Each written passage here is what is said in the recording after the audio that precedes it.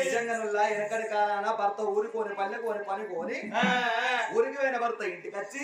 ఆయన కడుపు నిండా అన్నం తిన్నాక ఆయన తిన్న ఎంగిలి పల్లె వాళ్ళు తిన్నారా వెనకడికి సొంటి పెద్దవాళ్ళు మరి ఇప్పటి నాయసంటి ఎంగులేడు ఇది ఇంకా ఎంగేనట పించినట్లు దిగినారు రోజులే నా ఇప్పటోళ్ళ మందలియ వశం ఉన్నదా బుజ్జి నా మగడ అత్యంది బెచ్చెక్కి బస్తాల పడి సాటేంది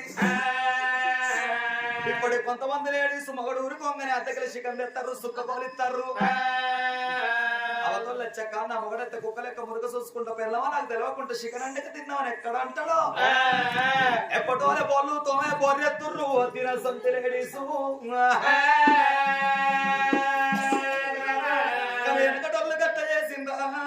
భర్తతోటి భాగ్యం అన్నారు మొగనితోటి మోక్షం అన్నారు ముడి వెనక సరసం అయిన వెనకటోళ్ళు ముందుగా ముక్తయితానని కోరుకున్నారు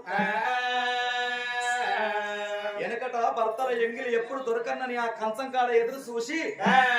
ఆయన తిన్నాక ఒక్క బుక్క ఆ పల్లెలు ఇడిచి పెడితే